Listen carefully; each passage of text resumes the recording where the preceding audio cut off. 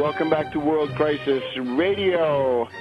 So again, it's clear that thanks to Baucus over there in the Baucus caucus in the Senate Finance Committee, Barkey now has his strategy is clear. We even have Henry Aaron of the Brookings Institution, a pro-democratic think tank, telling you what Obama's going to do. And he says, I would put up a bold front of wanting a public option.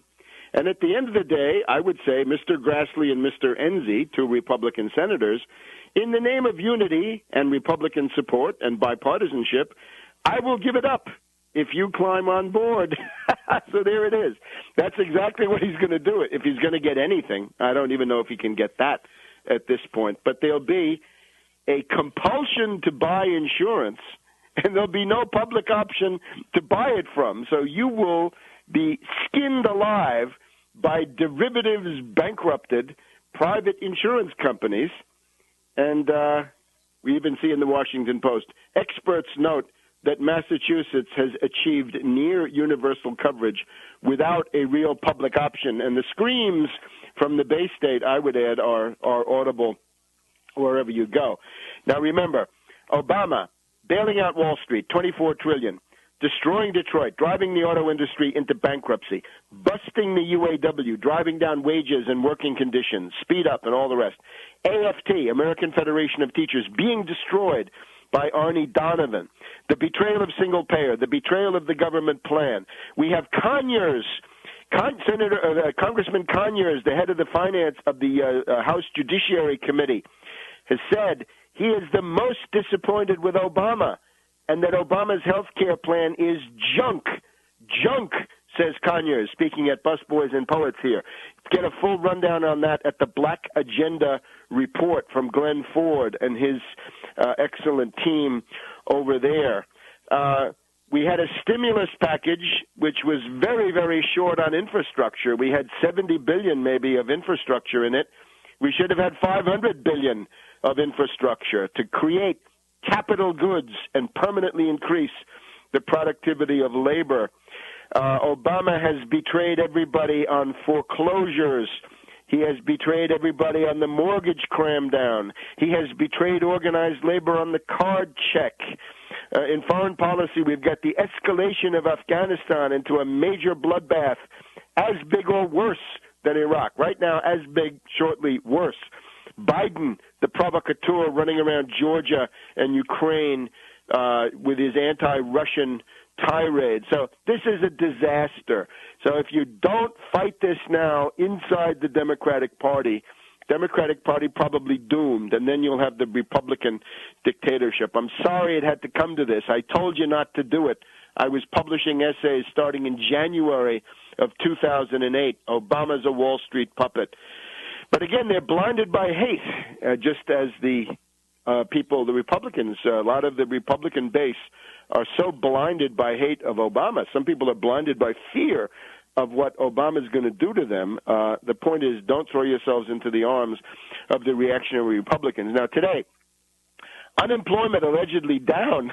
Unemployment down from 9.5% to 9.4%. This is baloney. I would call it globaloney.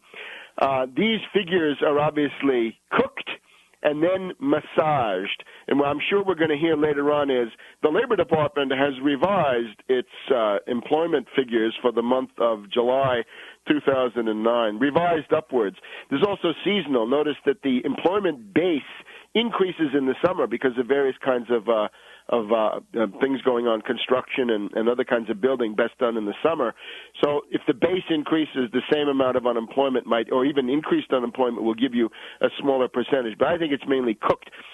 Yesterday, Thursday, we had unemployment new claims. In other words, people filing for the first time for unemployment benefits. 540,000. That was only 40,000 less than the week before. However, if you listen to ABC television news, ABC radio news, NPR, PBS, and many, many others, I'm sure, they wouldn't tell you that it was 540,000 new claims. They only focused on the 40,000 fewer. So this is obvious war. This is mass brainwashing. And we've got the same thing going on, right? We're supposed to be dancing because it's only 9.4% unemployment and not 9.5. Well, this is baloney. Barkey is going to be crowing this afternoon. Last week he was crowing about the alleged 1% decline in the gross domestic product, which was less than he thought. And today he'll be saying we got 0.1% unemployment less. Maybe he'll cite the fact that AIG is profitable. Man, when AIG is profitable, you know that cooking and massaging are going on a grand scale. Let's look rather at the euphoria, right? We've got a real euphoria of the finance oligarchs, right? Larry Kudlow says the new bull market is here, the new speculative bubble. We've had 4 weeks of gains in Wall Street. Wall Street today is at yearly highs. Of course, underneath it all, we've got this continuing weakness of the Treasury. Just take the last week. The 30-year long bond of the U.S. Treasury has gone from 4.35% interest to 4.60 and oscillating up there. A choppy market, but still going up 0.25% in 1 week. Doesn't look too good. A few more weeks like that. This indicates that the proclivity of people to hold this is declining. Remember, the poor Treasury has to sell $400 billion of Treasury securities per month. They sell them every 2 weeks. So it's $200 billion every 2 weeks, $400 billion per month. How long can they keep that up? When will the market be sated? Interesting questions. Now, we've also got potential political dynamite of the largest type. Larry Summers, the derivatives king who destroyed the Harvard endowment, and Geithner, the tax cheat, have both suggested last Sunday that a middle-class tax increase is in the cards. This is, of course, the ballon d'essai, the trial balloon of these oligarchical spokespersons representing Wall Street, each of them. This indicates further shipwreck of the Obama administration. If they try to come out with a middle-class tax hike, the political damage will be enormous. Why do they want this? Because bigger and better bailouts for Wall Street are in the offing. We've also got a crisis of the U.S. Postal Service.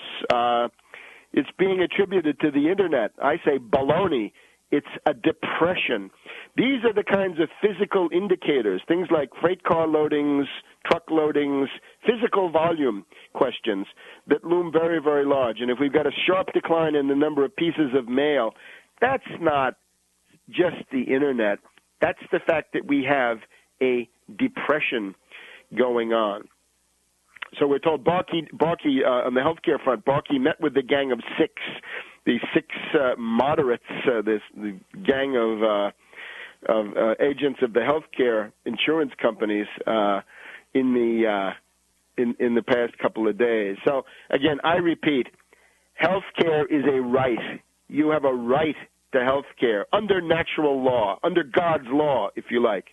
And of course, it evolves. It doesn't stay the same. Perhaps all of this, in the background, we have Geithner with his tirade full of expletives. Remember Nixon and expletive deleted. Geithner's whole speech is now going to be expletive deleted, beep, beep, beep, beep, beep.